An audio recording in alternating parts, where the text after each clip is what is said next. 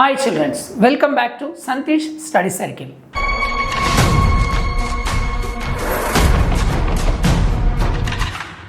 If you have not watched part 1 of this chapter, where, when and how, please stop this video right now. Go and watch part 1 first, then come back. In part 1, we understood how historians divided time into periods and why the modern period is important. Today in part 2, we are going to study two very interesting topics.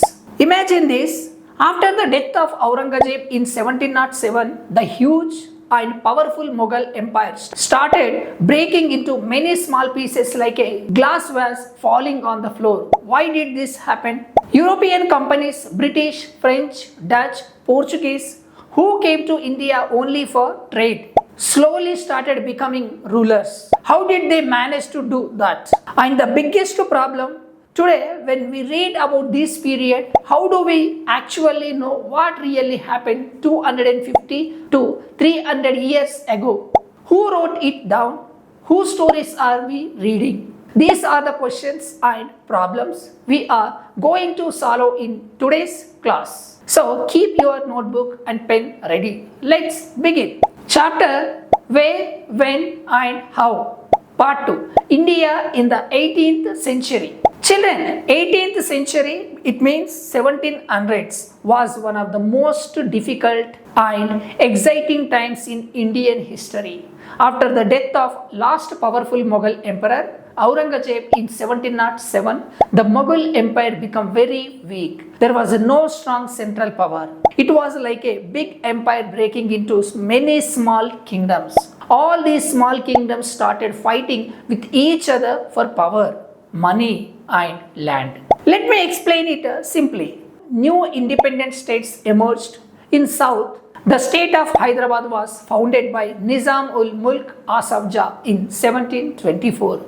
Bengal became almost free under Murshid Quli Khan and later Alawardi Khan. Awadh in present-day Uttar Pradesh became independent in 1722 under Sadat Khan Burhan-ul-Mulk. Not only this, many other groups also became powerful. Rohillas, Pathans, Sikhs, Jats and Rajputs captured large areas and established their own kingdoms. In South India, Mysore rose to great power under the brave leader hyderali and his son Tipu Sultan. They made Mysore very strong. The Marathas became the most dominant force in a large part of India under the leadership of the Peshwas. They expanded their empire a lot after the Mughals became weak.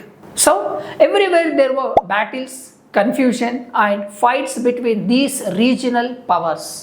That's why this is called the period of decline of the Mughal empire and rise of regional kingdoms. Meanwhile, what were the Europeans doing? The Portuguese, British, French and Dutch had come to India for trade, spices, cotton, etc. etc. But when they saw the Mughal empire become weak and Indian kings fighting among themselves, they got a golden chance. They started interfering in Indian politics. The most famous example is the three Carnatic Wars, 1744 to 1763, fought between the British and the French with the help of some Indian rulers. Finally, the British East India Company emerged as the strongest European power. By the end of the 18th century, the British had started defeating major Indian powers like the Marathas, Mysore and Hyderabad. Slowly, they were becoming the most powerful force in India.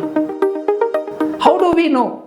What sources do historians use in writing about last 250 years of Indian history? Now comes the most important question. How do we historians know all these things? Historians don't have magic power. They read old papers, letters and records. Let us understand the main sources they use. First one point, administration produces records. The British were very fond of writing everything down. They believed if it is not written, it did not happen. So, they created a huge system of record keeping. Every order, policy, agreement and reports was written.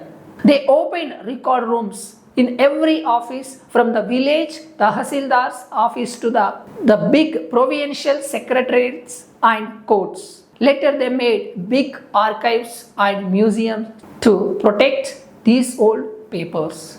You can still go to these archives today and read. Letters written by British officers, reports sent by collectors, instruction given by governors. In the beginning, these were beautifully handwritten by calligraphists, experts in beautiful handwriting. After printing machines came, thousands of copies were printed as proceedings of different departments. Second point, surveys became important. The British believed we can rule a country properly only if we know it completely. So they started doing many surveys. Revenue survey in villages to know soil quality, crops, rivers, etc. From the end of the 19th century, census was done every 10 years. It counted people and noted their caste, religion and occupation. Other surveys also done: botanical for plants, geological for animals, archaeological, it takes old buildings and monuments, forest survey, etc. etc. These surveys gave very detailed information about India. What official records do not tell? Children, these British official records are very useful, but they have certain limitations. Problem with official records: they tell us only what the British officers thought and what they wanted to record. They do not always tell us what ordinary Indians felt, why common people revolted, how peasants, tribals, workers and poor people lived and suffered. So historians look for other sources also. Diaries and travel accounts of people, autobiographies of important leaders, popular booklets sold in bazaars, newspapers after printing spread, writings of reformers, poets and novelists. However, even these were mostly written by educated people.